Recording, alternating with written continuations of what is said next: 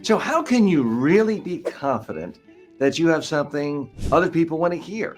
Before you stand up to speak, raise your hand, offer to give a presentation, a talk, whether it's a TED talk, a TEDx talk, or just sharing something at lunch. How do you know you really have something interesting to say? Because you can have good eye contact, hand gestures, a good voice, look comfortable, have nice clothes on, and still everybody finds you boring.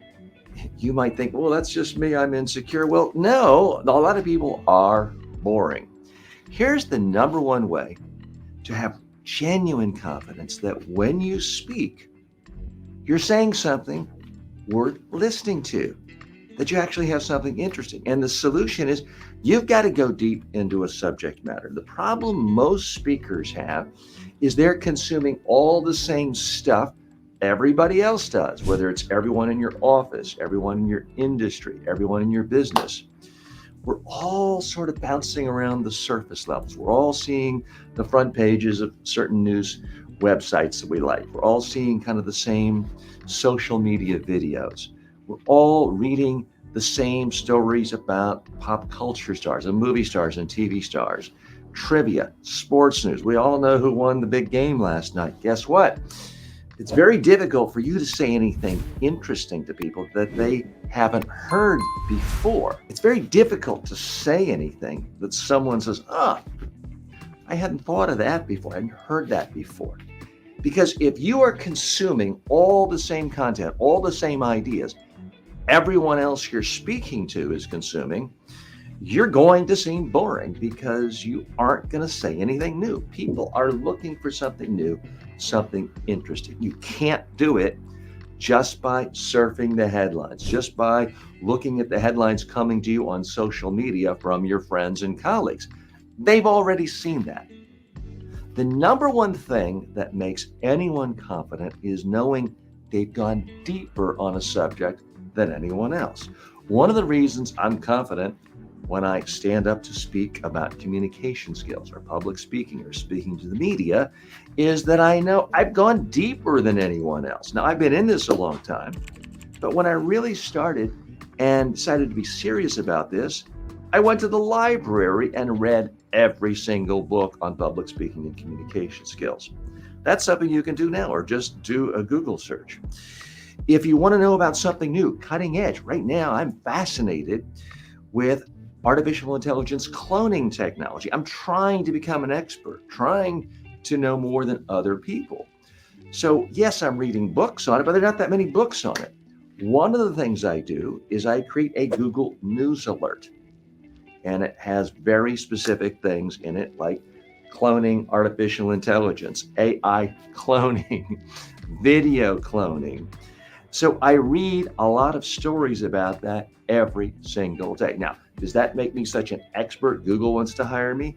No, I don't have the technical chops for that, but it allows me to speak on that subject here, social media, with friends, other people in professional situations, because I know more than they do, because I've read more. Now, you might not like to read. That's okay. Listen to the specialized podcast in niches you care about. Watch the TED Talks. Watch every single YouTube video on a particular subject until you simply know more than anyone else in your immediate surroundings, the people you speak to. Because so much of what makes someone a compelling speaker, it's not what they look like, it's not their sound, it's not whether they have 0 ums per speech. It's that they have interesting ideas. And they're saying something that we don't already know. At some level, every person you ever speak to, whether it's one-on-one, face-to-face, a small group, or a large group, when they're listening to you, they're thinking, okay, tell me something I don't already know. If you can't do that, they're going to tune out. They may literally pick up their phone and start checking texts and emails if they're in a larger room.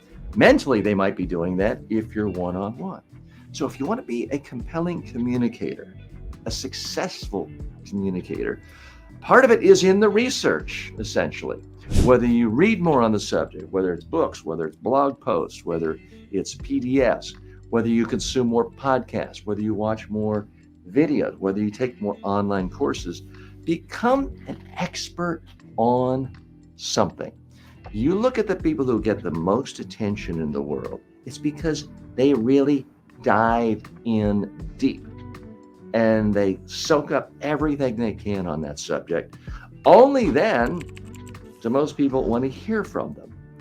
Gary Vaynerchuk was just a guy working in his dad's liquor store. But when he started his TV wine library in the early days of online social media, he went deep. It wasn't just that he spent 15 minutes a day making a live show. It's that he spent hours and hours and hours in online forums learning what people wanted to know about wine. And then he branched out from that and he spent hours and hours and hours a day immersed in social media until he got to the point where he was a genuine expert on social media. And conventions and conferences paid him a lot of money to come speak because they knew he knew a lot more about how to use social media to promote, to market, to brand than virtually anyone else. What is it you want to become known for? That's what you got to ask yourself if you want to be a truly compelling communicator. And the easiest way to do it is to find something you're genuinely, passionately interested in. Because if you find a subject you're interested in, you'll naturally find yourself reading that at night rather than watching another sitcom on Netflix. If you're immersed in a subject that you care passionately about, you're going to find that's more interesting to you than just a sports game that everyone else follows and you're in a habit of following that sports team, so you got to watch that sports team. Well, no, you do not have to spend hundreds or thousands of hours a year watching athletics if that's not your thing. You could, in fact, dive deep into a subject matter, enjoy it, become an expert of sorts. This is what's going to equip you to have the confidence to speak, because what holds so many people back is, well, why would anyone want to hear me speak? If you don't have interesting insights, it's a perfectly legitimate question. It may be that no one really does want to hear you speak. So confidence is the thing where people say, oh, fake it till you make it and project with a smile. And sure, I give people some tips like that. But the ultimate way of being confident when you speak is to know you have genuine insights that are going to be useful to people, interesting to people that they have never heard before.